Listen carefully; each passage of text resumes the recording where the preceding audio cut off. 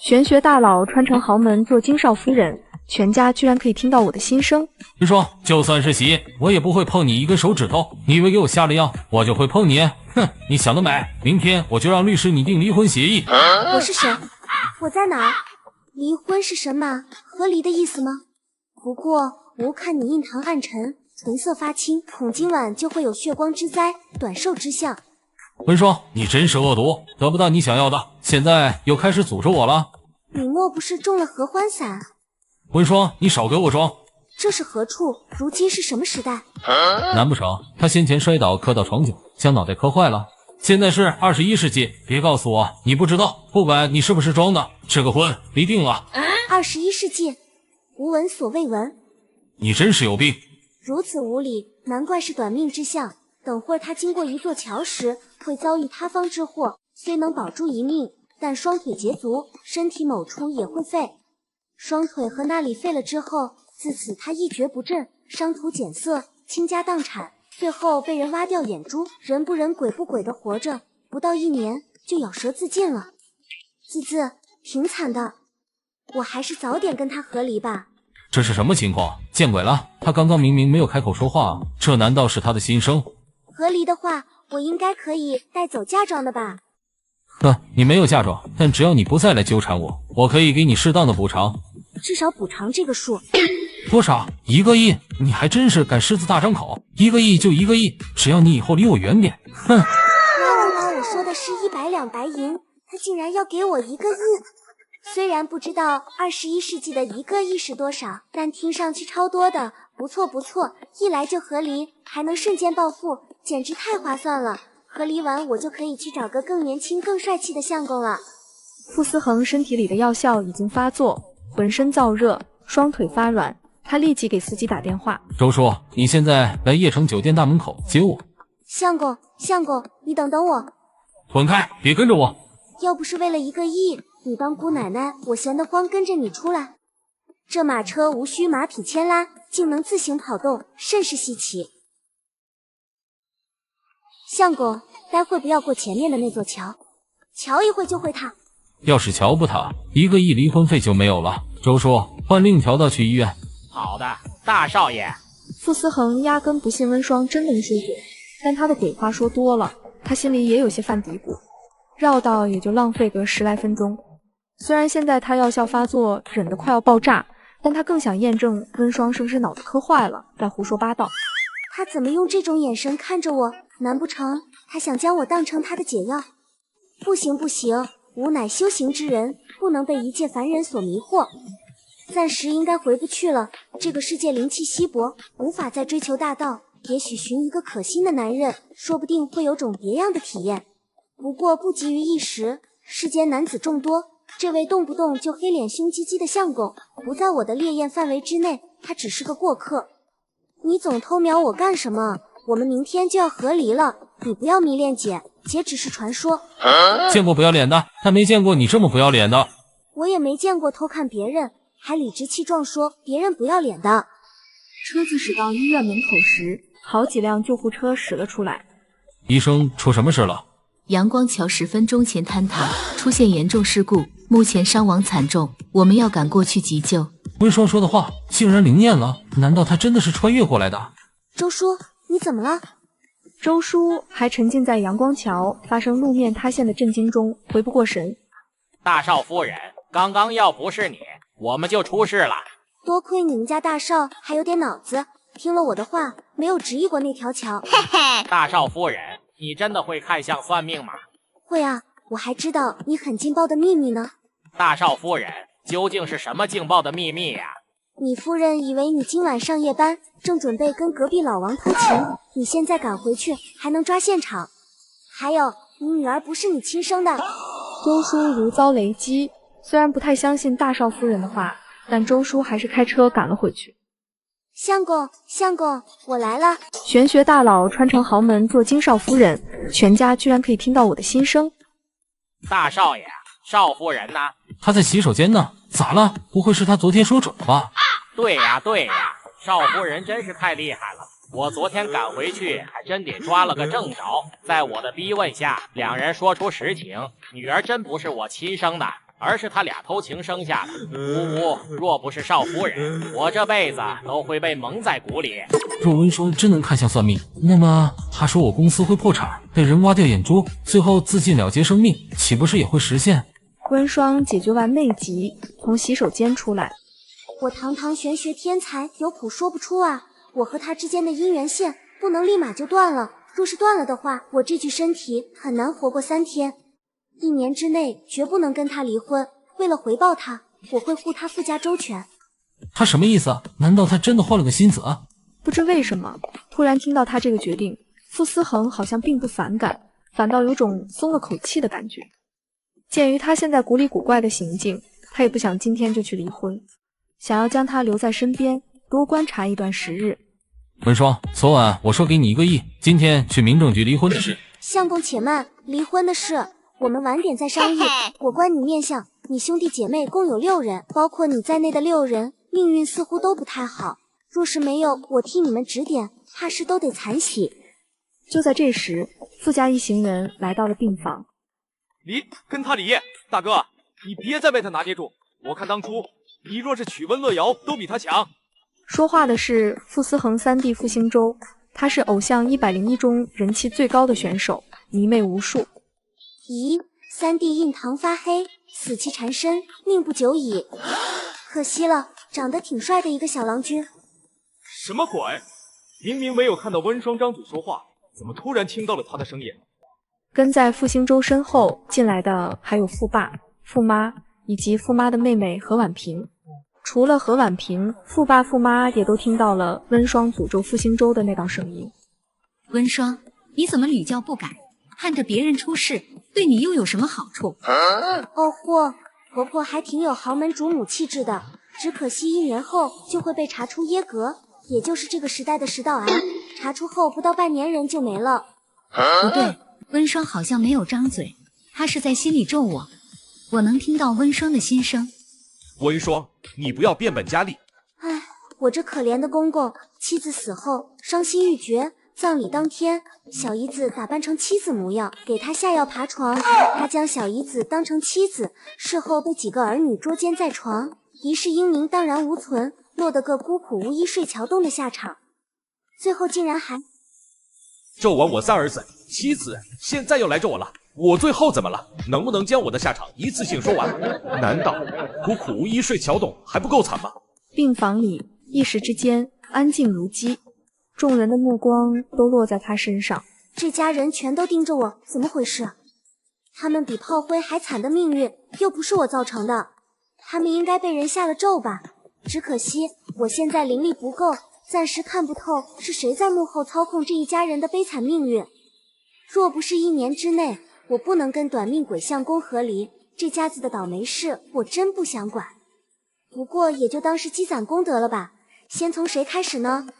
先从最早死的傅家老三开始。3弟，你最近是不是谈恋爱了？傅兴洲猛地一惊，其他人都觉得温霜在胡说八道。傅兴洲身为偶像101中人气最高的练习生，如今正是当红的时候，他不可能谈恋爱。偶像谈恋爱等于自毁前途。温霜，你别污蔑我。老三的私生活比白纸还干净。对，我们家3儿子干净纯洁的，就连母蚊子都没有咬过他。夫人，少夫人真的懂看相算命。昨晚她算出我老婆出轨隔壁老王，我女儿不是亲生的。我回去真的捉到了奸，他俩也承认女儿不是我的。不会吧？温霜究竟什么时候会看相算命了？若他真懂那些，我们以后岂不是一个比一个惨？切，姐夫，别听温霜胡说八道。我早就说过，娶温霜进门等于娶了个丧门星。我那端庄美丽的婆婆大概不知道她妹妹一直都羡慕嫉妒她，还觊觎她的男人吧。她患上食道癌，就是因为她妹妹总给她做滚烫又香客的食物，让她身体日渐垮掉。这放在我们那个时代，真是堪比一出宫心计。玄学大佬穿成豪门做金少夫人，全家居然可以听到我的心声。温霜，你凭什么说我谈恋爱了？信不信我告你诽谤？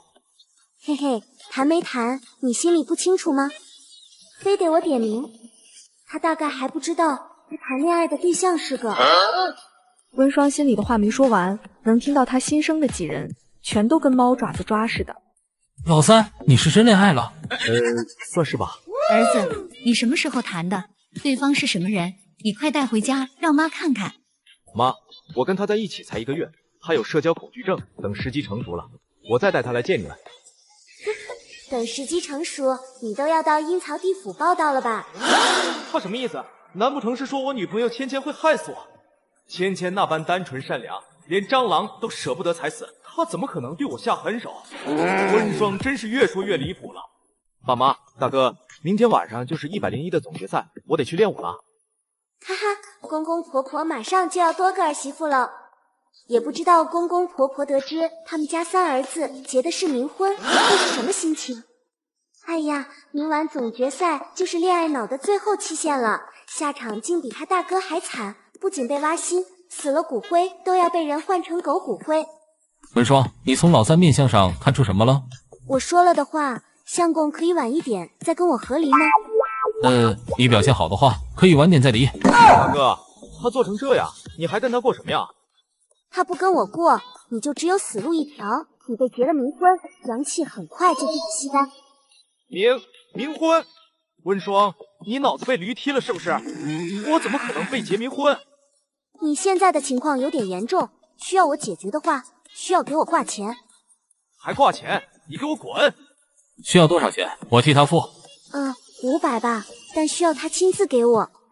不给，大哥，你不要信他的鬼话，我看上去哪里像是被结冥婚了？我看你嘴硬，你女朋友林芊芊半年前就死了，你跟她谈恋爱，莫名其妙对她死心塌地，就是因为你们结了冥婚的缘故。我是无神论者，芊芊是人，活生生的人。那你跟她牵手或是抱她时，不觉得她的手和身子都异于常人的冷吗？还有，她不出门是因为她不能见阳光。你那晚被几个小混混打劫，其实都不是人，而是鬼，是她找他们演一场戏，目的就是为了接近你。我勒个豆，那晚芊芊救我的事情，我谁也没有说过啊。貌似每次跟芊芊拥抱、牵手时，她都异于常人的冰冷。温霜说的不会都是真的吧？500块给我，这个护身符你贴身放着，只要你不拿出来，林芊芊就不敢靠近你，你也就知道她究竟是什么了。行，给你。若是你冤枉了芊芊，我一定会找你算账。哼！晚上，偶像101要进行总决赛，富爸、富妈、傅思恒和温霜一同前往录制现场。今晚的 C 位很可能会是傅星洲和齐泽东的其中一个。傅星洲正在后台准备时，已有林芊芊打了电话过来。星洲哥哥，我好难受，我好像快要死了。芊芊，你怎么了？我好痛，你快过来。傅星洲的心瞬间提到了嗓子眼，他想都没想就跑了出去。星洲，比赛很快就要开始了，你要去哪里？我有点急事，需要出去一趟。比赛前我保证赶回来。好在公寓离录制现场不远，傅星洲很快就到了公寓。只见林芊芊脸色苍白如纸的躺在地上，她趴着的地方还有一团红色血渍。就当傅星洲快要碰到林芊芊时，她竟然消失不见了。傅星洲以为自己眼花了。芊芊，你人呢？你到底怎么了？星洲哥哥，你不要过来，你身上放了什么东西？芊芊难道怕我身上的护身符？难道她真的是鬼吗？不可能的。星洲哥哥，你不扔掉身上的东西，就是不爱我了。你再朝我靠近一步，我立马从这里跳下去。好，芊芊，我扔了，你快下来。芊芊，你以后别再吓我了。林芊芊下来后，就开始疯狂吸食傅星洲的阳气。芊芊，我好像有点困了，可我还要去参加比赛。比赛不重要，和我在一起才是最重要的，是不是呀，星洲哥哥？比赛现场，傅思恒找了一大圈都没找到傅星洲，打电话也没人接听。唉，我今天在视频上刷到一句话，叫什么好言难劝该死的鬼，这话真是说的太好了。傅星洲那家伙扔掉了我给他的护身符，正在被女鬼吸食阳气，很快就要被挖心了。玄学大佬穿成豪门做金少夫人，全家居然可以听到我的心声。你这个女鬼，快住手！哟，臭脸相公竟还能看到鬼呢！这屋里真的有鬼啊！看把我家老三害成啥鬼样子了！你们别多管闲事，他今晚必须死，他的阳气和心脏都得归我。相公，你去护着公公婆婆，我来对付女鬼。呵呵，就凭你们还想制服我？今晚我要将你们的阳气全都吸干。太上老君急急如律令。不要啊！星舟哥哥，快来救我！姑若是1000年前，我定打得他跪下来叫我姑奶奶。以后要好好积攒功德，延长生命线的同时，早日恢复以往的修为与功力。傅星舟缓缓转醒，女鬼林芊芊的声音对他带着无限的蛊惑与魔力。芊芊，我在这呢。温霜，怎么又是你这个讨人厌的女人？你成天在我们傅家做天做地就算了，你别再来伤害我的女朋友。我的老天奶，她怎么不撒泡尿照照现在的鬼样子？元气都快被这女鬼吸干了，竟然还维护她。若她不是臭脸相公的弟弟，我真是懒得管她了。蠢东西，你自己看看你现在的样子。儿子啊，你大嫂是在帮你，你真是蠢到无药可救了。我怎么变成这样了？芊芊你，他那张俊美妖孽的脸，此刻苍白的近乎透明，毫无血色可言，眼脸下满是乌青，整个人像是被浓郁的死气缠绕，随时好似要魂归黄泉。星舟哥哥，既然你已经发现了，那么也别怪我不客气。林芊芊，你往哪里跑？随即一道符咒打到了林芊芊身上，这道符聚集了温霜现如今所有的功力。符咒闪过一道微弱的金光，女鬼像是被烈火中烧过一般，发出一声凄厉惨叫后倒在了地上。大师，我错了，我错了，求你不要将我打得灰飞烟灭。已经真的是个女鬼，为什么要骗我？星舟哥，我对你是真心的，我没想过隐瞒我的身份，只是人鬼殊途，我怕你知道后就不理我了。哎呦，现在的女鬼都这么会演戏了吗？放我以前那个年代，会是个很好的戏子吧？林芊芊，说实话。大师，我现在是星舟哥哥的老婆，我和他结了冥婚，我们的关系在阴司是合法的。如果我知道你是鬼，我绝不可能喜欢你，也不可能和你交往。至于你说的冥婚，我从没有答应过。结冥婚需要你的生辰八字、头发或是指甲之类的东西。你在参加比赛时，有没有将你的生辰八字、头发或是指甲给别人？好像没有吧。哦，对了，有次我看到保姆吴婶去陆之地给齐泽送东西，齐泽一直视我为竞争对手，而且吴婶还是齐泽的远房亲戚，会不会是他？那我想起来了，有次我找大师给老三算命，在电话中说过老三的生辰八字，吴婶就在旁边。你是齐泽的前女友吧？啊！你还是齐泽的前女友？知道你害死傅星舟后，你会有什么下场吗？你不会直接灰飞烟灭，那样对你来说太过轻松了。你会被打入地狱，强行被脱去衣服，赤身裸体爬刀山，忍受刀割之苦，还要在热油锅翻炸。受刑结束后，还会被打入畜生道，历经多是畜生之苦。为了个害死你全家的渣男，值得吗？林芊芊，你胡说八道什么？我爸妈是在我小时候去仓库时被一场意外的大火烧死的，怎么可能与齐泽哥哥有关？而且当时亲戚都想要抢夺霸占我家的财产，是齐泽哥哥一家收留了无家可归的我。在我心中，齐泽哥哥是我生命中最重要的人。呵呵，齐泽从小就很聪明，小年纪对化学就很感兴趣。你家仓库失火，是齐泽利用他学到的化学知识，将那些试剂按照事先计算好的比例撒在仓库角落。等你父母去清点布料时，他拿出引火装置，小小的火星落下，仓库瞬间被引燃，而且门窗都被他和他父亲锁住。你父母只能在烈火中挣扎，最终被烧成焦炭。不可能，一定是你胡编乱造，想要挑拨我和齐泽哥哥的关系。齐泽哥哥和他父母是除了我父母外对我最好的人。傅星舟是个恋爱脑，没想到这女鬼也是啊。短视频里都说了，恋爱脑没好下场，果真如此。恋爱脑好惨，我他妈再也不想当恋爱脑了。玄学大佬穿成豪门做金少夫人，全家居然可以听到我的心声。芊芊，你任务完成了吗？傅兴洲已经死了。芊芊，你太棒了！齐泽哥哥，你为什么要让我害死傅兴洲啊？反正现在傅兴洲已经死了，给他说了也没啥关系。傅兴洲什么都压我一头，学习比我好，家境比我好，就连我暗恋的女生也喜欢他。而我呢，父亲迷恋赌博，还对我非打即骂。上了大学，父亲欠下一大笔赌债，要债的人3天2头的上门。若是还不上债，就连我都要挨打。我只能出卖自己的颜值和身体，悄悄跟一些富婆在一起。但是我心脏不太好，只能换心。恰好你的心脏与我的匹配，所以你早就知道我的心脏和你的心脏匹配是吗？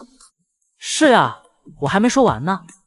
现在我签约了一家爱豆娱乐公司，公司让我来参加偶像101，只要我能 C 位出道，我就能还清父亲的赌债，过上正常人的生活。可是傅兴洲也来了，尽管我很努力了，可人气还是比傅兴洲逊色。傅家那么有钱，他当个纨绔阔少爷不好吗？非得过来跟我竞争。我说完了，芊芊知道我秘密的，无论是人还是鬼，都只能从这个世上消失。齐泽忽然从口袋里掏出一张符纸，朝林芊芊额头上拍去。虚空道长说过，只要将这张符纸拍在林芊芊额头，她就会灰飞烟灭。果不其然，林芊芊瞬间倒在了地上，然后消失了。齐泽，你怎么跑到后台来休息了？等会儿你上场，一定要好好表现，拿下这次比赛的 C 位。若是你拿不到 C 位，看我回去怎么收拾你母亲！给我滚！我不会再给你1分钱。齐泽，我是你爸，你从小到大做的事情我都清楚。你小学6年级的时候，利用你的化学天赋，在仓库烧死了林芊芊的父母。你长大后，为了钱跟好些个富婆睡过。你为了林芊芊的心脏，在她饮食里下慢性毒药，导致她肾衰竭死亡。你做的一件件、一桩桩坏事，我都录了视频。只要我交给警方，你这辈子都毁了。什么？你这个混蛋！你把手机给我！我的好儿子，证据我自然不会放在手机里，我悄悄找地方存了起来。只要你乖乖听我的话，拿钱给我，我是不会曝光的。毕竟你是我的儿子，也是我的摇钱树啊。当年烧死林芊芊父母，若不是你当着我的面快要叫我妈打死，我怎么会受你的胁迫？既然证据被你藏起来了，那么你死了，应该也不会再有人知道了吧？我是你父亲，你怎么敢？反正我手上沾染了人命，也不差你这一条。齐泽，原来我父母的死竟是你害的。不仅如此，你还给我下慢性毒药，让我早死，你太狠了。你不是？哈哈，你是想说我已经灰飞烟灭了是吗？齐泽，我最信任的人一直是你，没想到伤我最深的竟然也是你，我要打了你。林芊芊，你疯了，你先冷静一下。冷静不了一，我真是没想到，你居然从小就坏到了骨子里，今天我要你血债血偿。齐泽念出虚空道长告诉他的口诀，林芊芊是他的鬼奴，应该只听从他的指使。可这次口诀竟已经失效了。别念了，温霜大师已经替我解决了我和你之间的鬼奴协议，你无法再控制我了。温霜是谁？难道比虚空道长还要厉害吗？对了，傅兴洲没有死，我不会再使替你害人性命了。但今晚我要亲手了结你的性命，替我爸妈还有我自己报仇。且慢，你生前没有害过人性命，还曾捐钱给福利院做过好事，积过阴德。若是你现在杀了他，沾染上人命，为了这种人去受第4集说的那种苦，不值得。他犯了法，自会有法律去制裁。好吧，大师，我听你的。你是谁？为什么要多管闲事？她是我大嫂，厉害吧？嘿嘿。哼，就算你们听到我和我父亲的对话又如何？你们有实质性的证据证明我害死了林芊芊一家吗？大师，让我嘎了他，我宁愿下18层地狱受罚。不用，我相公去拿证据了，很快就回来了。不一会儿，傅思恒就过来了，他身后还有几个穿着制服的警察。我拿到了其父藏起来的证据，已经交给警方了。妻子，你犯下的命案铁证如山，跟我们回警局好好交代你的罪行。玄学大佬穿成豪门做金少夫人，全家居然可以听到我的心声。大嫂，谢了，请收下我的膝盖，我从此就是你的头号铁粉了。哇哇哇！老三竟给了我这么多钱，7位数就是100万吧？发财了发财了！人间小富婆就是我呀！老三本性还是不错的，不过，咦，他印堂上的死期怎么还在？哦，原来他还有一劫，最后的下场还是要被挖心。我怎么总是逃不掉被挖心的悲惨结局？可怜的老三，不过只要有儿媳妇在，我家老三的命运一定会有所改变的。明天我就去医院检查食管。傅妈现在已经彻底相信温双的能力，一想到他死后，葬礼那天老傅跟一妹子搞到一起，傅妈就恨得牙痒痒。老婆，好端端的，你往死里掐我干什么？我一死你就跟一妹子滚床单，你不是人。我对你妹妹真没有半点想法，我这辈子只爱你。明天我陪你去医院检查，只要提前预防，肯定不会有问题的。相公，你替我捐50万出去做慈善。为何？泄露了天机啊！傅思恒没有再多问什么，按温双的要求替他捐了50万出去。温双感觉到有丝功德金光进入了身体，他感觉到了一丝灵力与暖意。大嫂，我们俩加个绿泡泡吧，以后你有什么需要，只要吩咐一声，三弟我就算是上刀山下火海，也会替你办到。行吧。等我积攒功德，延长生命线后，我就跟他大哥和离，用这个时代的话来说就是离婚，等离了婚再将他拉黑吧。不过他今晚有场好哥们聚会，他若是去参加了，就会什么？难不成今晚就是我的另一个死劫？大嫂，您倒是一口气说完啊！傅兴洲的心瞬间提到了嗓子眼。就在这时，他手机铃声响起，是跟他从小一起长大的好哥们苏沫打来的电话。苏沫大学在国外留学，他这2天回国了，邀请傅兴洲今晚出去一起聚会。去吧去吧，去了今晚就没命再回来了。我跟苏沫认识10几年了，苏沫不会也要害我的性命吧？包养齐泽的富婆王姐得知齐泽被送进去与傅兴洲有关后，他会在傅兴洲今晚聚餐的会所买通服务员，服务员会在傅兴洲的酒水里下药，傅兴洲上洗手间时会被富婆王姐安排的雇佣兵悄悄带到非洲，最后身上的器官全都被挖走。唉，真惨！我的老天奶，我上辈子是做了什么天理不容的事吗？看到100万的份上，还是提醒一下他吧。三弟，你今晚最好哪也别去。大嫂，我今晚不出去能逃过死劫吗？他还挺聪明嘞，竟然知道今晚是他的死劫。最近3天不出去的话是能逃过的，3天后王姐就会被爆出非法集资，被捕入狱。还好我能听到大嫂的心声，感谢老天奶给了我这个金手指，不然我真要死翘翘了。大嫂从此就是我的神。医生，检查结果怎么样？从食管镜和病理结果来看，你的食管黏膜已经处于癌前病变的边缘，细胞增生活跃，要是再晚来一阵，等恶化病变，后果不堪设想。医生，那现在需要手术吗？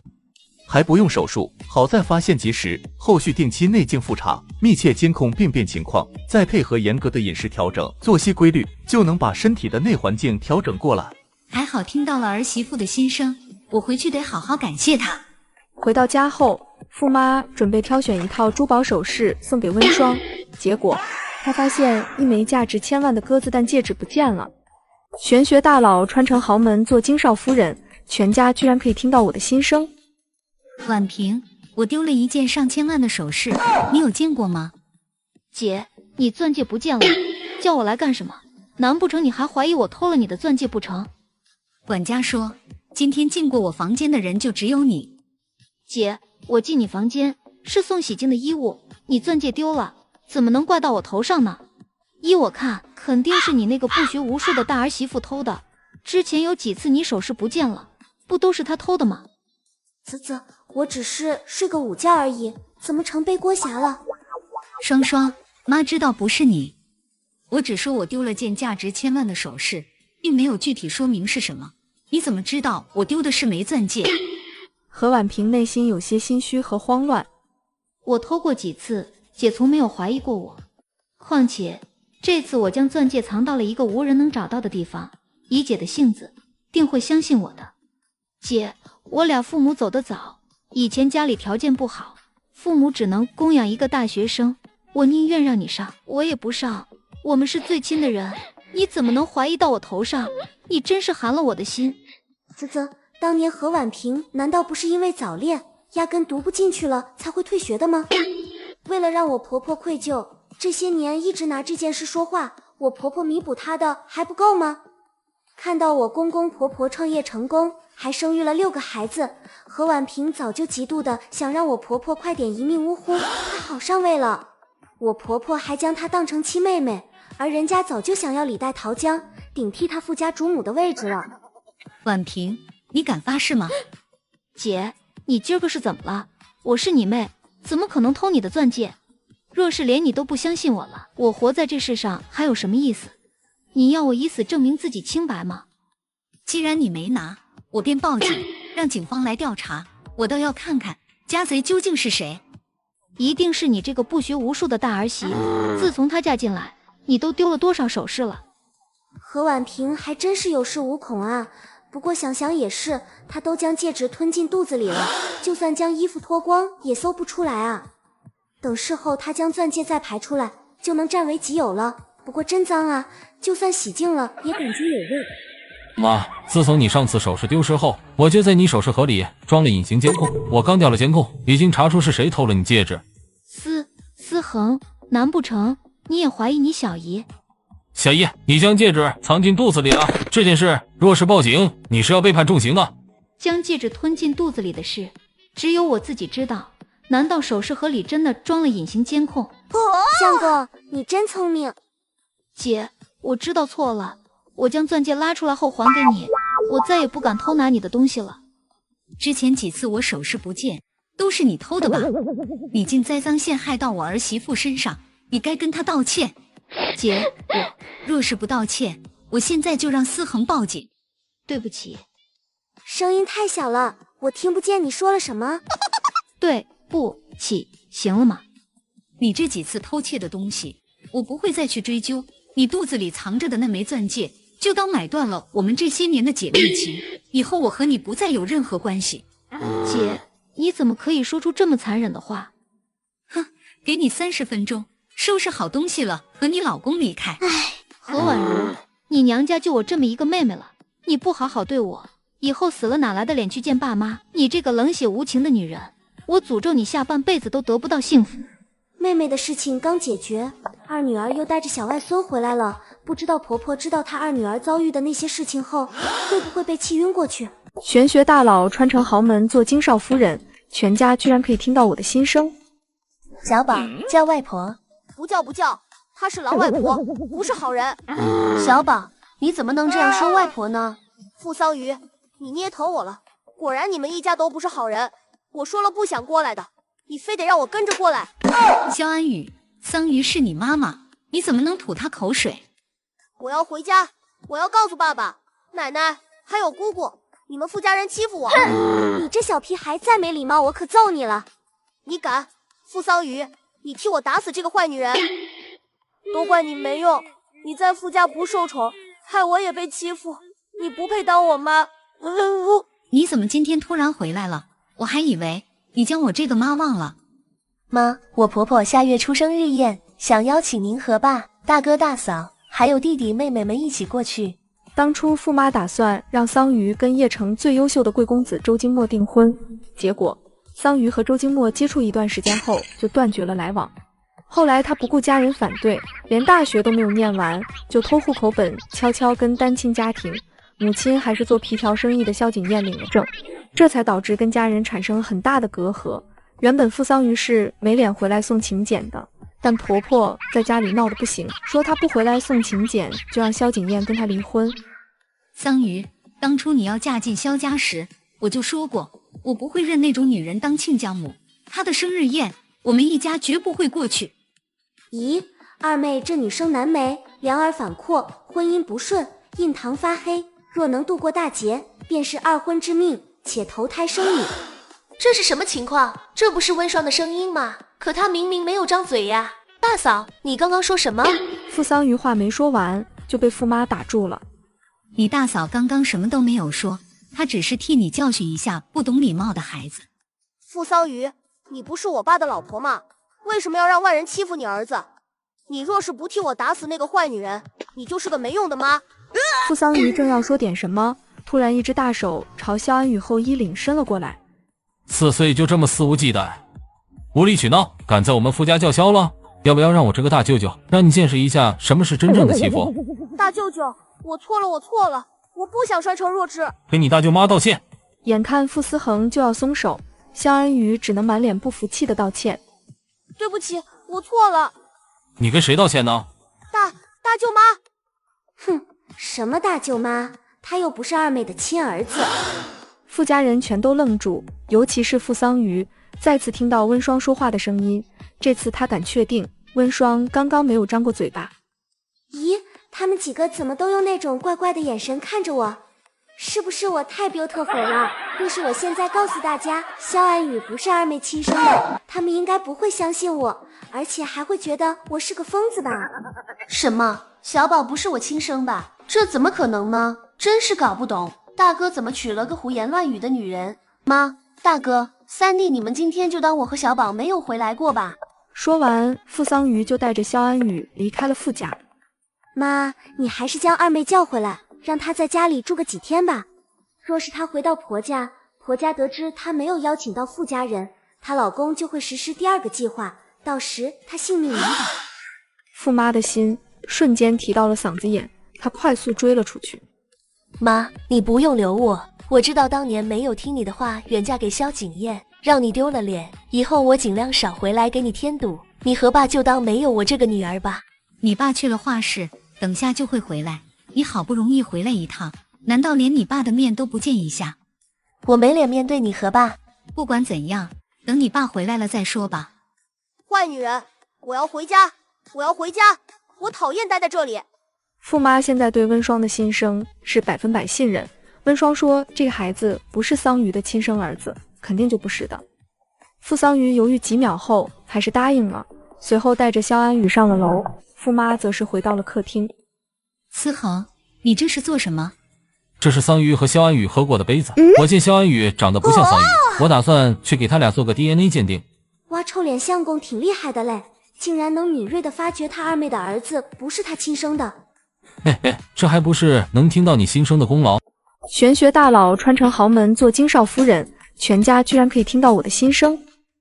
其实我也知道，若是我们一家不去参加桑榆婆婆的生日宴，她会不受婆家重视，但我实在不想跟那种亲家来往。不来往是对的，人家让你们过去，也是想借傅家的地位和权势拉投资。傅家人都是炮灰命运，等到家道中落，没有了利用价值，人家也不会好好对你们女儿。不过桑榆活不到傅家破产，这次你们不去参加生日宴，她婆家发现她不受傅家重视后，她老公就会带她出国，借着带她度假的名义，带她去看海底星空，而且他已经提前替她买好了保险。古有陈世美为富贵图妻儿，今有萧景砚为富贵杀妻骗保。什么？萧景砚竟然还打了杀妻骗保的盘算，他简直畜生不如。傅桑榆将萧安宇哄睡着，他刚下楼就听到了温双的心声。二姐，你跟我来。二姐，你是不是也能听到大嫂的心声？心中，温双是不是脑子出了什么问题？她总在心里吐槽景砚。景砚确实买了人身意外保险，但那份保险是夫妻双方的。景砚说，若是她出了什么事故，我也可以得到一份保障。二姐，她若是单买你的意外保险，她就会有杀妻骗保的嫌疑；若是买双方的，她就可以摆脱嫌疑。哼，在萧家，除了婆婆对我不是太好，景砚和小姑子都对我很好，尤其是景砚，她是三好老公，你不认同他是你二姐夫就算了，但别跟温双同一个鼻孔出气。二姐，你看我差点被鬼女友林芊芊吸干阳气，若不是大嫂，你这次回来就得参加我葬礼了。你怕不是在说笑吧？这世上哪有什么鬼不鬼的？二姐，你觉得我会拿这种事骗你吗？大嫂真是有本事的，她的心声全都是保真的信息，你若不信，肯定会后悔的。傅桑榆刚要说点什么，他又听到客厅里温双的心声传来。萧景砚马上要过来了，他来打探傅家人口风，看看能不能从傅家拿到巨额投资。二妹真是傻，傅家人往她卡里打的生活费，她竟然全都拿去给萧景砚投资了。萧景砚早就拿着那笔钱在国外置了业，等他实施第二个计划，拿到巨额保险后，就会带着他心爱的女人和儿子定居国外。他怕二妹死后戾气太大，还会找大师在海里设下锁魂阵，让二妹永世不得超生。心中，你不觉得温霜很过分吗？他都没有跟景砚接触过，竟然将他说的那般十恶不赦。二姐，大哥拿着你和萧安宇喝过的杯子去做鉴定了，今晚就会出结果，你先别急着出去找大嫂理论。还有，他不是在心里说萧景砚马上就要来了，还要找我们家拉投资吗？你等着看他说的会不会应验就行了。景砚今天在云城出差，他不会过来的。傅桑榆话音刚落，外面就传来管家的声音：“夫人，萧姑爷来。”什么？萧景砚真的过来了？傅桑榆立即来到客厅，果不其然，萧景砚真的来了。景砚，你不是在云城出差吗？怎么过来了？我怕你带着儿子回来受委屈，想过来陪你。老婆，还有一件事，最近公司出现了经济危机，需要5000万资金的缺口，你能不能跟你家人商量一下，帮助公司度过这个难关？萧景砚今天过来，真的是想让我家人给他投资的，而且他一张口就是5000万。若是没有听到温霜那些心声，傅桑榆绝对不会多想。老婆，若是不方便的话就算了。对了，妈50岁生日宴，你家人答应去参加了吗？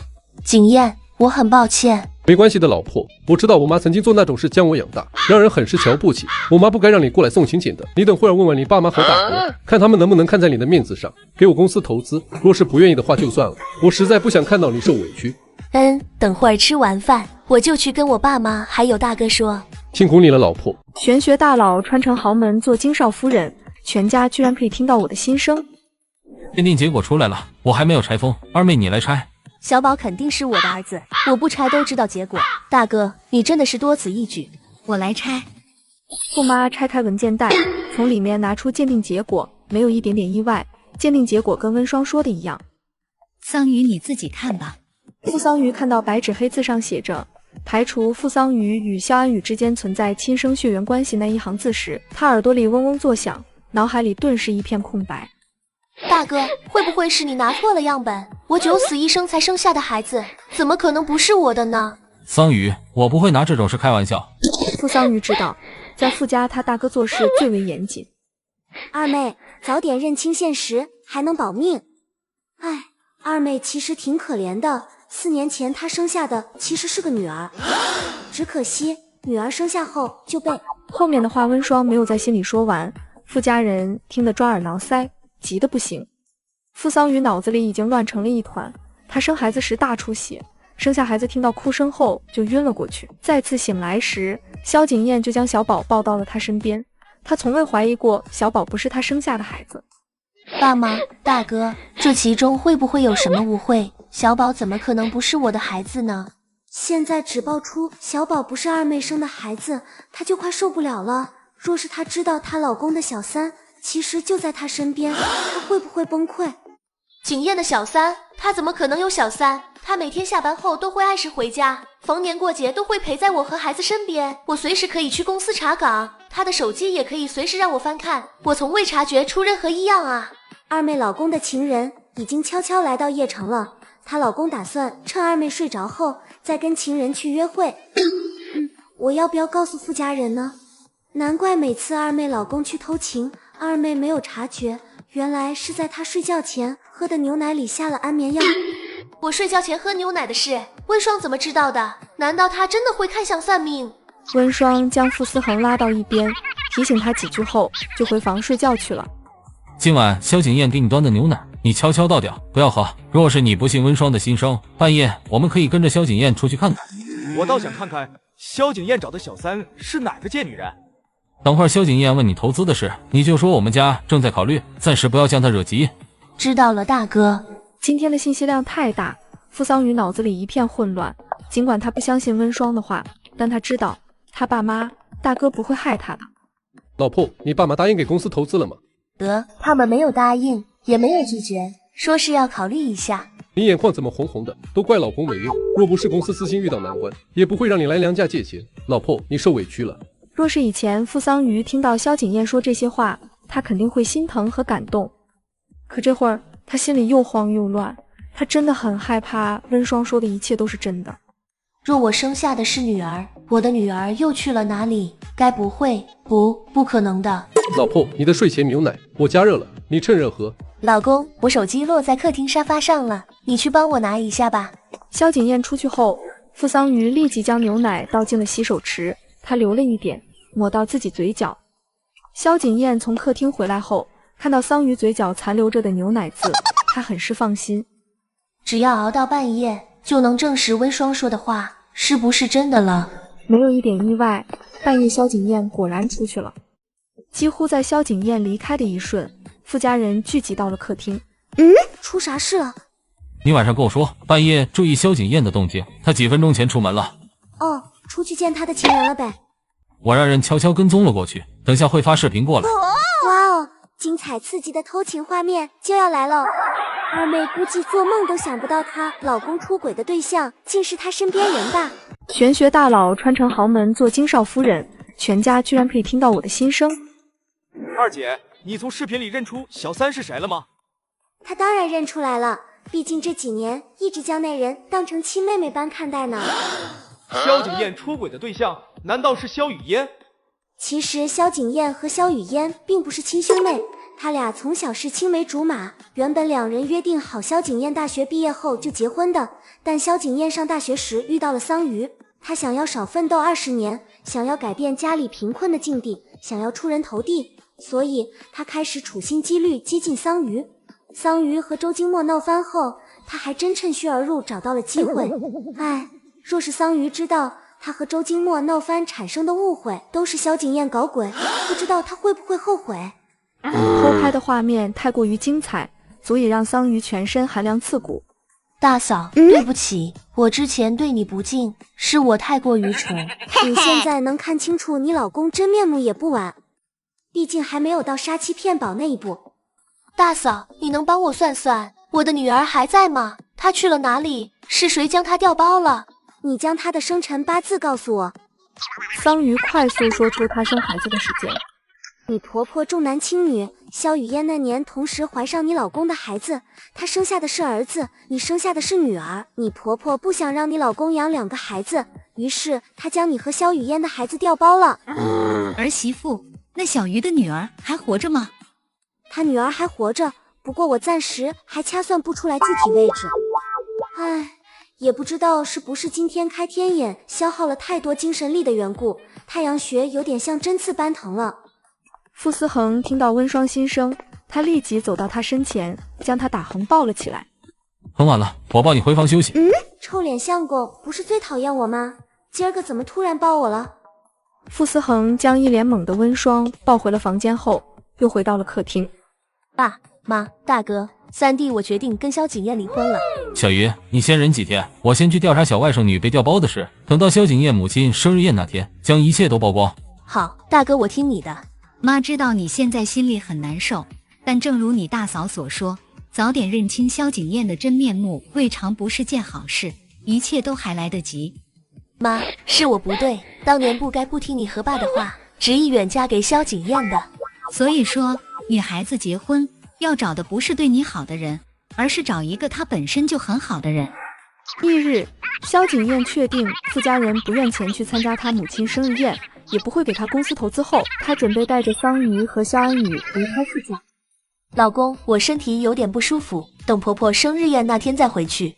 萧景砚内心不爽，但当着萧家人的面，他又不好多说桑榆什么。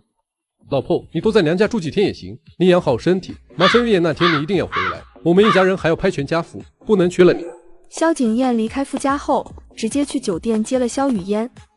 妈妈，你都不知道，傅桑榆家里人全都欺负我。小宝，你不要叫我妈妈。你本来就是我亲妈妈，傅桑榆那个没用的女人又不在这里。妈妈，你不要害怕，小宝很聪明的，从没有在傅桑榆面前露过馅。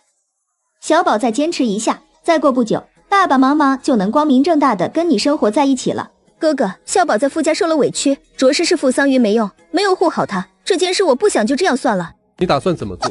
赵公子不是说只要将傅桑榆送到他床上，就给我们投资吗？反正妈的生日宴，傅家人不会过来，我们设计让傅桑榆跟赵公子睡了，让他身败名裂，到时你再借口带他出国散心，也好实施你的另一个计划。好，就按你说的办。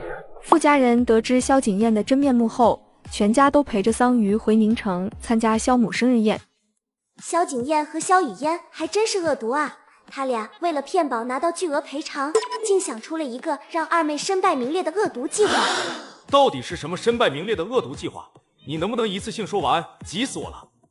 等会儿我还是单独跟我那位臭脸相公说一下，让他提醒桑榆注意明天宴会上酒水有问题。玄学大佬穿成豪门做金少夫人，全家居然可以听到我的心声。难怪你老婆天天在心里吐槽你是臭脸相公，你自己照照镜子，天天都绷着张脸，难怪不被你老婆喜欢。我从小就这样，以前怎么不见说我？你就不能有点笑容吗？你这样怎么可能讨你老婆欢心？妈，我对温霜又没有兴趣，她不喜欢更好。臭小子，你全身上下嘴最硬是吧？你再这样口是心非不讨喜，小心以后追妻火葬场。好了，回归正题，明天萧景砚母亲生日宴，你要提前做好预防和安排，不要让你二妹受到伤害。放心，我会安排好的。第二天，萧母生日宴在宁城5星级酒店举行。不好意思，我来晚了。萧景砚感觉到傅桑榆情绪有些冷淡，他以为他是在娘家受了委屈。老婆，回娘家不开心的事就别再想了，以后老公会好好爱你的。生日宴快开始了，我们进去吧。哎呦，姐姐你终于来了。赵公子，你看桑榆姐姐今天是不是超级漂亮？赵公子是宁城有名的纨绔，他最喜欢玩的就是有妇之夫。不错，确实挺漂亮。生日宴进行到一半时，萧雨嫣让安排好的服务员端了杯酒给傅桑榆。桑榆姐姐，我们一起敬妈一杯酒吧。好啊。傅桑榆喝完酒后回到座位上没多久，他就表现出一副不太舒服的样子。桑榆姐姐，你怎么了？雨嫣，我头有点不舒服，你能扶我去休息室吗？当然可以。萧雨嫣扶着桑榆到了其中一间休息室。傅桑榆，你别怪我狠心，我让你做了萧景砚老婆5年，已经是格外开恩了。以后我就要跟萧景砚、萧安宇去过一家3口的美好生活了。服务员按照萧雨嫣的指示，时间一到，他就跑到宴会厅对萧母说道：萧夫人，我刚看到你儿媳妇和一个男人亲密无间的前往休息室了。萧母自是知道萧景砚和萧雨嫣想要让傅桑榆身败名裂的计划，为了让宴会厅里更多人知道，他故意加大声音说道：什么？我儿媳妇和野男人去开房了？婆婆生日宴上，儿媳妇和野男人去开房，这么劲爆的吗？萧母的儿媳妇是叶城傅家那边的2千金，听说傅家特别有钱。不过今天生日宴上没有看到傅家来人，想必傅家是看不上萧家的。被亲家看不起，儿媳妇还在她生日宴会出轨别的男人，萧母真是可怜啊！我不信我儿媳妇会做出那样的事，你肯定是看错了。萧夫人，我没有看错，不信的话，我带您过去亲眼看一看。好，你带我过去。很快，一行人就到了休息室门口，暧昧的声音从里面传了出来。天啦，萧夫人儿媳妇还真是出轨野男人了。萧夫人儿媳妇不是名门千金吗？怎么会如此放荡？知人知面不知心，外表清纯，内心淫荡呗。萧母见大家都在指责傅桑榆，她唇角忍不住勾了勾，差点憋不住笑。傅桑榆，你身为名门千金，怎能如此恬不知耻？你们傅家是怎么教养的你？你嫁到我们萧家后，什么都不用做，我家景砚好生养着你，你却背着他偷人，还是在我50岁生日宴这么重要的日子里。我儿子是邺城大学的高材生，你连大学都没有读完，你能嫁给他是你的福气，你这样对我儿子，你就不怕遭报应吗？我还以为你是什么大家闺秀，原来就是个不要脸的贱货。萧母走到床边，她猛地掀开被子。小贱蹄子，我倒要看看你勾引的是哪个野男人，你可真够不要脸的。萧母话没说完，她看到床上意乱情迷的男女后，猛地怔住。那不是萧景砚和萧雨嫣吗？他俩怎么会？天啦，并不是傅桑榆出轨，而是萧景砚和萧雨嫣。我的三观都快要炸开了，今天来参加生日宴，没想到会看到这么刺激的一幕。刚刚两人正在兴头上，萧母突然冲进来捉奸，导致了严重的马上风，这下他们真的是锁死了。完了完了，原本被捉奸的人不该是桑榆和赵公子吗？为什么会变成我和萧雨嫣？玄学大佬穿成豪门做金少夫人，全家居然可以听到我的心声。萧景砚，你们怎么敢？老婆，你听我解释。傅桑榆上前，狠狠朝萧景砚脸上甩了一巴掌。傅桑榆，你竟敢打我儿子！回过神的萧母扬起手，猛地朝傅桑榆脸上甩去，但下一秒，他手腕被傅桑榆扣住。以前傅桑榆敬萧母是萧景砚母亲，无论他怎么刁难他，他从未还过手。但此刻他不想再忍了，傅桑榆反手直接抽了萧母一巴掌。贱人，你竟敢打我！究竟谁才是贱人？你们一家才是，大家都长了眼睛。萧景砚和萧雨嫣偷情，你还有脸打我？贱人，是你设计的景砚和雨嫣吧？你会不得好死的！作恶多端，不得好死的人是你们！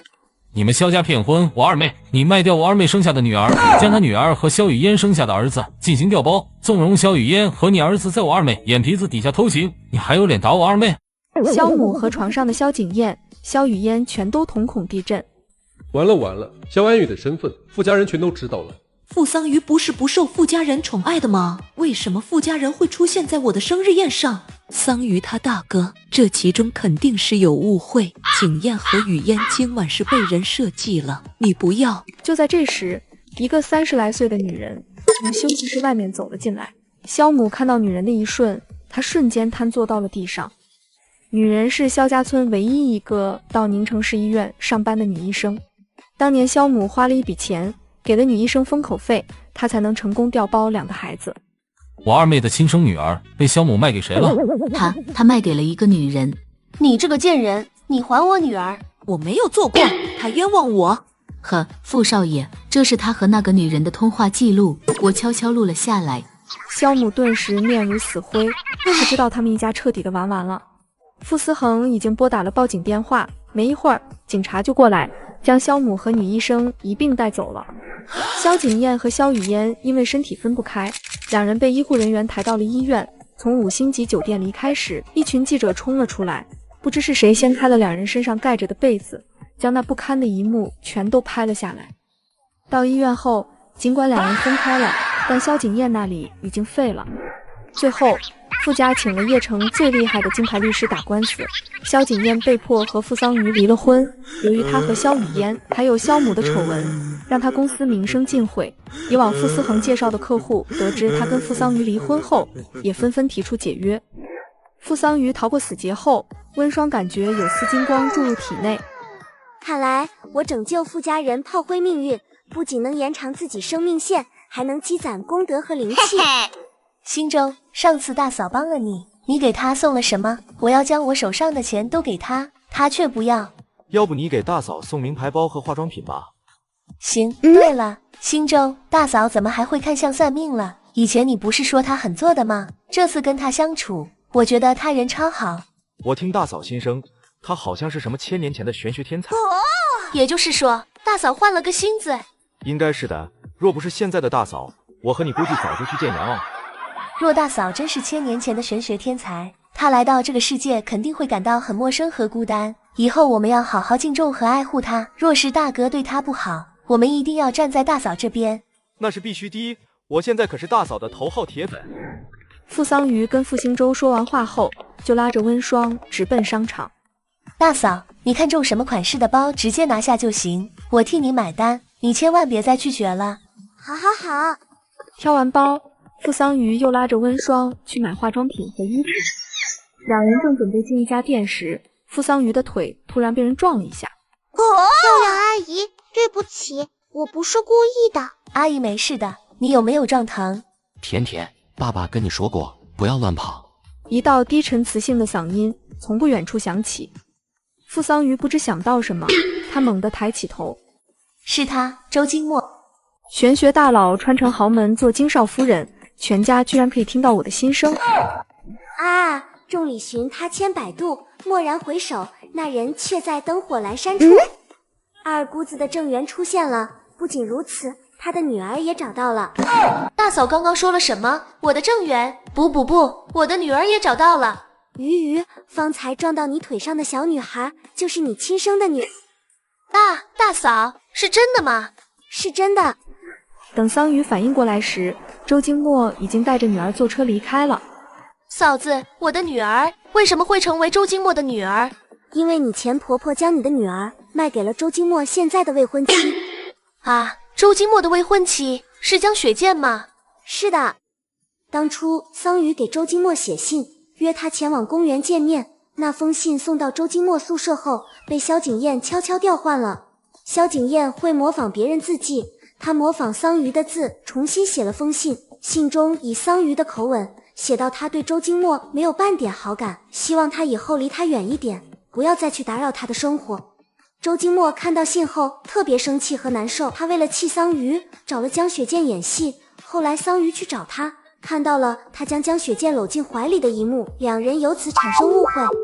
桑榆和周金墨闹掰后，萧景砚趁虚而入，为了加快跟桑榆发展的进度，那年暑假桑榆和朋友在外面聚会，萧景砚悄悄在他酒里下了药，桑榆头昏脑胀，进错了房间。好巧不巧，桑榆进的房间是周金墨的。周金墨回国的那晚恰好喝醉了，他被桑榆强行推倒在床上，两人稀里糊涂发生了最亲密的关系。我的老天奶，难道……两人睡着后，江雪见和萧景砚找到了他们，看到床上生米煮成熟饭的二人，江雪见和萧景砚牙龈都快咬碎，于是二人合谋由萧景砚抱着桑榆离开，而江雪见则是脱光衣服躺在周金墨身边。后来没多久，桑榆意外怀孕，萧景砚将她怀孕的消息告诉了江雪见，于是江雪见买通医生，伪造怀孕的迹象。等桑榆九死一生生下女儿后，江雪见便派人从萧母手中将她女儿买走，然后她再抱着女儿跟周金墨相认。周金墨做了亲子鉴定，发现女儿是他的亲生骨肉后，便将女儿留在了身边，让江雪见成为了他的未婚妻。我的个老天奶，真狗血啊！傅桑榆通过温霜的心声，将来龙去脉都弄清楚了。鱼，你要不要找个机会拿到小女孩的头发，跟她做个亲子鉴定？桑榆已经完全相信温霜的能力，压根不需要做亲子鉴定。大嫂，谢谢你。那位周先生是你的正缘，你和他之间有误会，你要主动跟他解释清楚，若不然你俩还会蹉跎很多年。桑榆现在对感情已经没有任何想法，他只想认回自己的女儿。回到傅家后，桑榆将他从温霜新生那里听到的真相全都告诉了傅家人。傅妈得知桑榆的第一次给了周金墨，生的女儿也是周金墨的，她难以置信又惊喜不已。她一直都想让桑榆跟周金墨在一起，这简直就是天赐的缘分啊！我现在就跟金墨打电话。妈，这件事让我自己去处理吧。老婆，你现在告诉周金墨当年真相，他一时之间也难以置信，让桑榆自己去处理吧。他经历了这么大的事情，我相信他已经成熟懂事了。二姐，你前小姑子捅了你前夫10几刀，连命根子都被砍断了，她被抓了，你前夫生死不明，哈哈，他俩的事现在成了宁城的头条新闻。萧景砚就算能醒过来，也将成为一个半死不活的残废，不过这也是他作恶的下场。他还不上巨额债务，居然想出了一个十分下作的办法，将萧雨嫣送到那些要债的男人的床上。萧雨嫣为此染上了脏病，她难以相信自己从小喜欢的男人会变得面目全非，她崩溃了，精神上出现了问题。其实萧景砚那样自私自利的男人，她谁都不爱，她最爱的只有她自己。萧家人进的进大牢，伤残的伤残，就只剩萧安宇那个熊孩子了。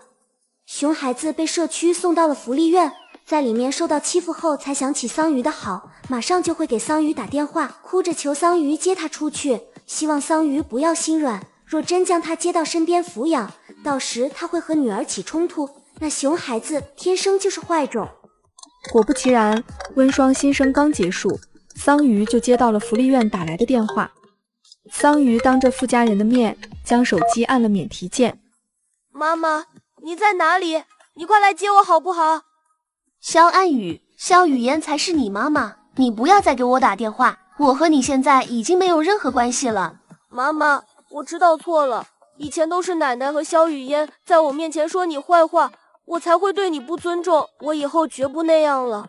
你以前那么爱我的，你应该不忍心看到我在福利院受苦的，是不是？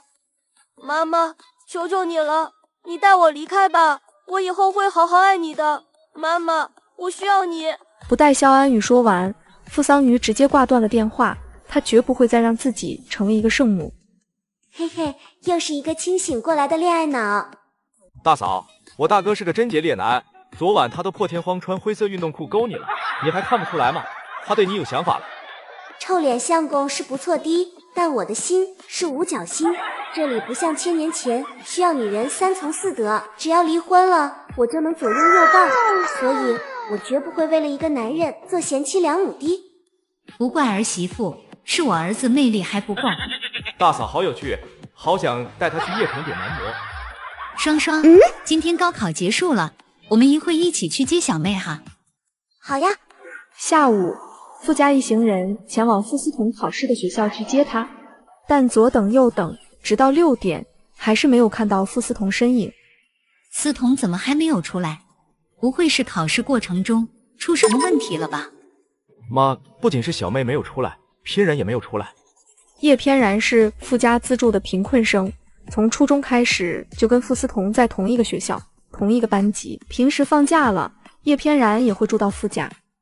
考试不能带手机，我们又进不去学校，这要怎么联系他们？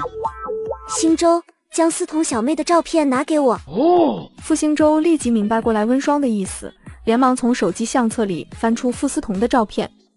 思彤小妹已经从学校后门离开了，她和男朋友、闺蜜一起去了机场，3人准备来场说走就走的毕业旅行。什么男朋友？思彤从小就乖巧听话，她都很少跟男生在一起玩过，怎么可能突然就交了男朋友？双双，你算出思彤去了哪里吗？思彤小妹去了机场，她马上就会给你打电话。果不其然，温双话音刚落，傅妈的手机铃声就响了。思彤，你在哪呢？我和你爸、2姐、3哥，还有你大嫂在你考试的校门口等你。妈妈，对不起，我和偏然订好了去云城旅游的机票，我们现在已经到了机场。有了傅桑榆的前车之鉴，傅妈很怕自己小女儿也被骗了。思彤，你听妈妈的话，现在回家。妈妈，我从小按照你的安排，你让我往东，我从不往西，每次放假我都不出去，乖乖待在家里。我以前还小，你和爸爸担心我，我能理解。可现在我成年了，我长大了，妈妈，我想出去玩，你不要干涉阻止我好不好？1个星期后我就会回来的，你不要担心。思彤，每次寒暑假，爸爸妈妈都会带着你出去旅游，国内外的城市，你想去哪里，爸妈都会带你过去。你若想去云城，你先回来，爸妈买好票了再带你过去。妈妈，你能不能不要控制心这么强？我就不能有点自己的想法了吗？你放心，我会保护好自己的。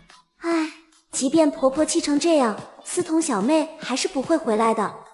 她是铁了心要跟男朋友来一场说走就走的旅行。天然，要不我们还是不去了，等我跟爸妈说好后再去吧。你若是不想去的话，也可以不去，但你等下要怎么跟班长说？班长叫宋玉，他不仅成绩优异，各种竞赛拿奖拿到手软，还是他们学校的校草。当然，他若只有这些优点的话，傅思彤也不会喜欢和暗恋他。最重要的，思彤认出他是当年他落水时就他出来的那个男孩。也正是因为这次落水引起高烧不退，导致他的左耳感染严重，听力受到极大影响，就此失去了左耳的听觉功能。思彤，我想了想，要不还是算了吧。我看电话里阿姨有些生气了，若是你真的去了，估计他们会以为我怂恿的你，到时大学费用不愿给我资助了。你也知道我和你的情况不一样，我无父无母，若是叔叔阿姨不再资助我，我估计都上不了大学了。这次旅游是我强行拉你一起过来的，若是我爸妈怪罪下来，我一人承担，就算他们不给你资助了，我的零花钱也够你上大学的。玄学大佬穿成豪门做金少夫人，全家居然可以听到我的心声。各位女士，不好意思，您不能登机。思彤为什么不能登机？她明明买的是这个航班的机票，上面通知的，具体情况我们不清楚。傅思彤看到不少人朝他看来，他贝齿咬住唇瓣，力度大的几乎要咬出血来，眼眶里泛起难堪的水雾。他知道，肯定是他家人通知了航空公司。他看上去还很小，不会是犯了什么事吧？长得挺乖的，不像是犯罪分子啊！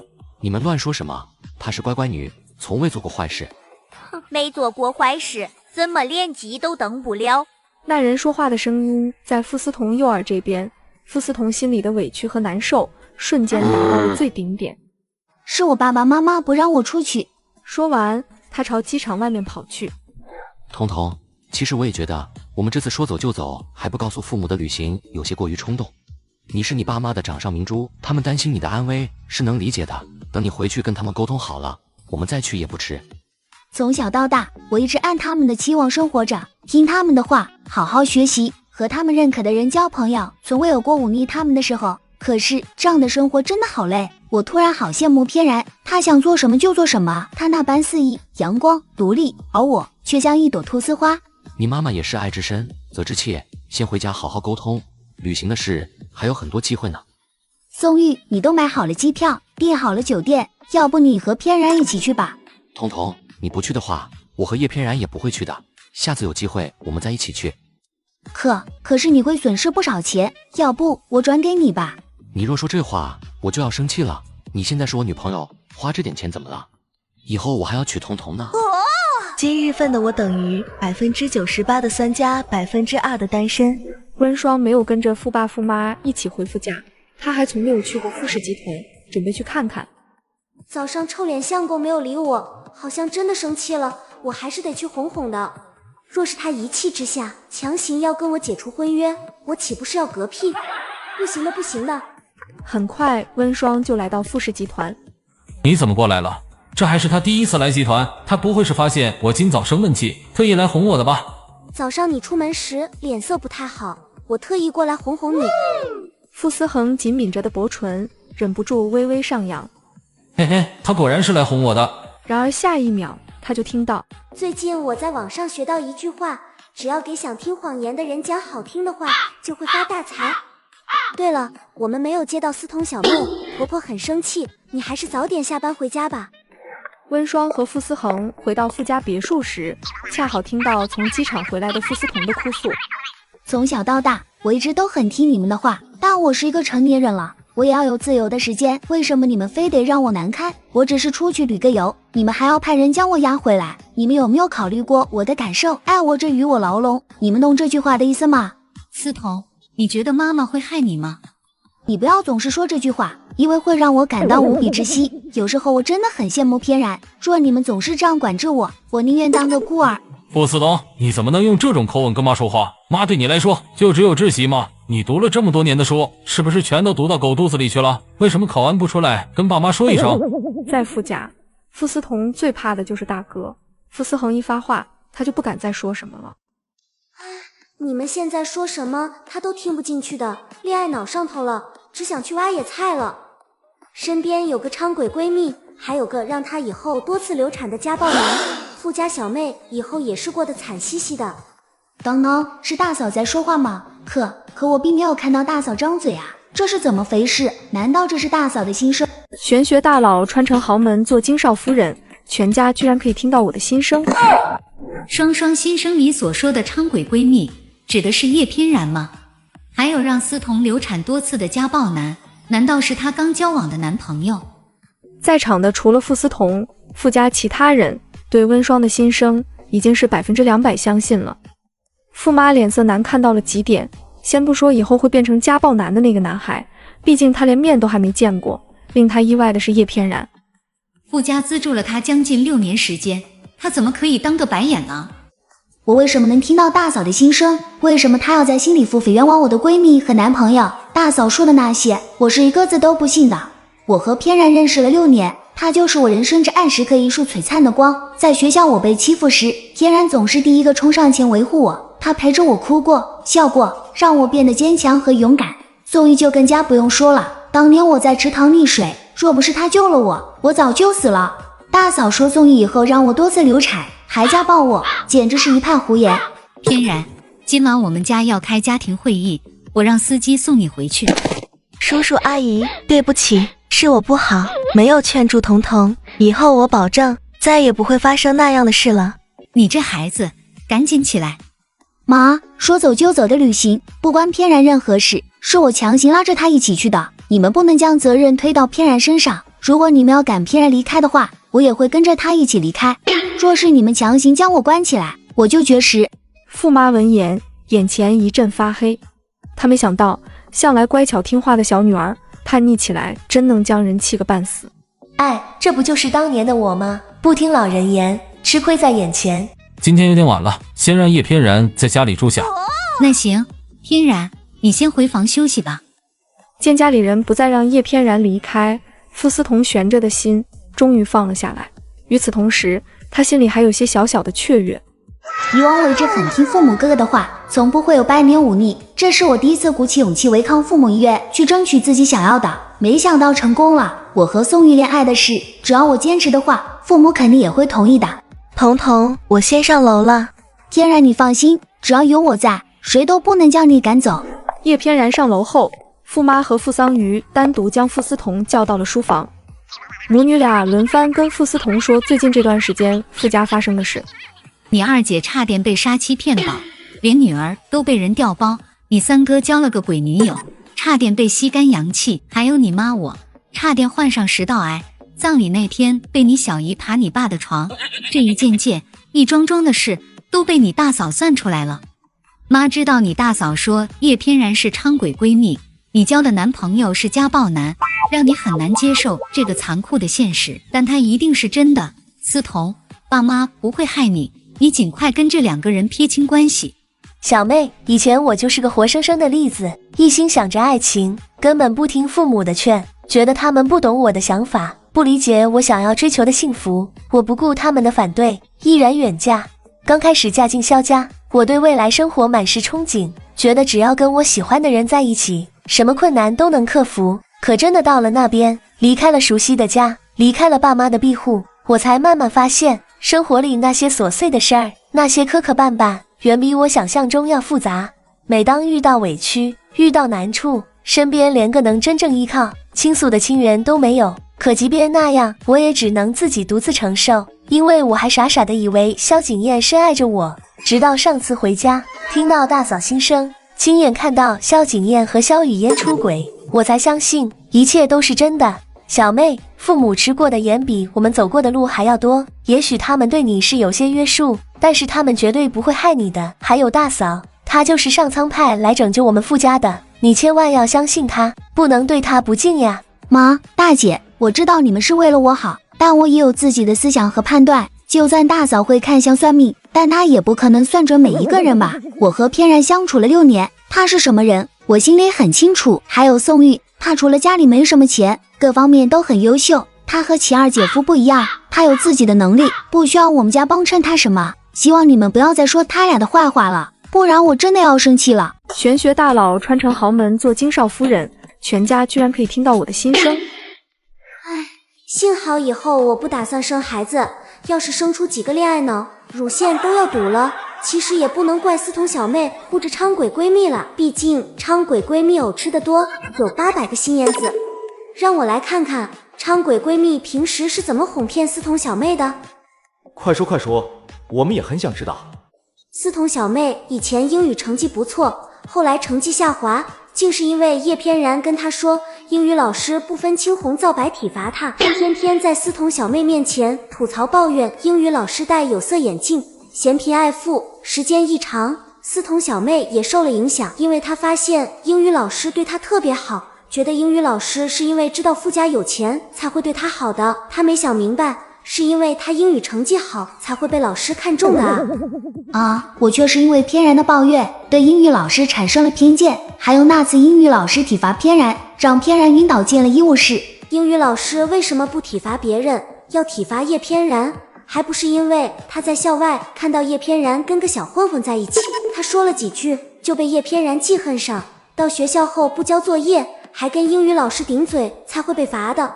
则叶翩然跟混混男友交往时，时不时在思彤小妹面前说她男友有多坏有多渣，思彤小妹劝她分手，叶翩然说提分手的话，混混男友会找她麻烦。思彤小妹还傻里傻气，将自己零花钱和名牌包包送给叶翩然，让她拿钱摆脱混混男友。叶翩然和混混男友纠缠了很久，分手的原因并不是因为思彤小妹的劝说，竟是因为，哈哈哈，竟是因为……又来了，竟是因为什么？大嫂，你倒是快说啊！急死我了！这是什么情况？大家都一脸殷切地看着大嫂，之前不是都很讨厌她的吗？哈哈哈，不行了，我要笑鼠了！叶翩然竟是因为看上了我家臭脸相公。我的老天奶，这也可以？叶翩然看出来傅思恒不喜欢原来的温霜，两人是塑料夫妻，他便有了非分之想。放假来傅家小住时，悄悄偷走了傅思恒一条内裤。每次佣人替傅思恒晾晒在阳台上的内裤，他都会盯着看许久。艾玛，这是什么特殊癖好？我的内裤脏了，等下就全扔掉，重新买新的。嫣然绝不会是那样的人，他怎么可能会肖想大哥，还偷大哥内裤？以前只是听说大嫂做天做地，没想到她现在变本加厉，还学会诽谤别人了。够了！彤彤，怎么了？没事，他这是在怪我说他呢。干嘛呢？这是思彤小妹对我好像挺有意见的，我又没说什么。她昌鬼闺蜜偷了我家臭脸相公的内裤，藏在行李箱里，我还没找她算账呢。这怎么可能呢？嫣然不会做那么变态的事的。傅思彤上楼后，傅思恒嗓音低沉的开口：“我让人将叶翩然交过的混混男友找出来。”哇，臭脸相公居然知道叶翩然交过混混男友呢，他还挺聪明的嘛。要让思彤小妹远离昌鬼闺蜜，是得从叶翩然的混混男友下手。傅思恒有些尴尬的咳了咳，除了资助前调查过叶翩然，后来就没有再调查了。若不是听到温霜心声，他和家人也不知道叶翩然交往过一个混混男友。深夜，傅思彤躺在床上辗转难眠。好烦呀！明明和大嫂接触不多，嫣然是我最要好的朋友，可脑海里总是不由自主地浮现出大嫂的心声。要不我就去看一眼，就一眼。若是行李箱里没有藏大哥的内裤，就说明大嫂是胡说八道的。如此想着，傅思彤下了床，轻手轻脚地朝着行李箱走去。就在傅思彤蹲下身子准备打开叶翩然行李箱时，他突然听到叶翩然叫他的声音：“彤彤，你在干什么？”傅思彤差点吓得灵魂出窍。我有点睡不着，打算从箱子里拿蓝牙耳机。幸好我的行李箱和叶翩然的放在一起，他应该没有看出什么来吧。彤彤，你今晚为了维护我受委屈了。以前我还有点羡慕你投胎到了一个好家庭，深入了解后才发现你活得好压抑，好窒息。听到叶翩然的话，傅思彤鼻尖微微发酸。最好的闺蜜才能对她的心情感同身受吧。我真该死，怎么能相信大嫂的胡言乱语，想要去翻翩然的行李箱呢？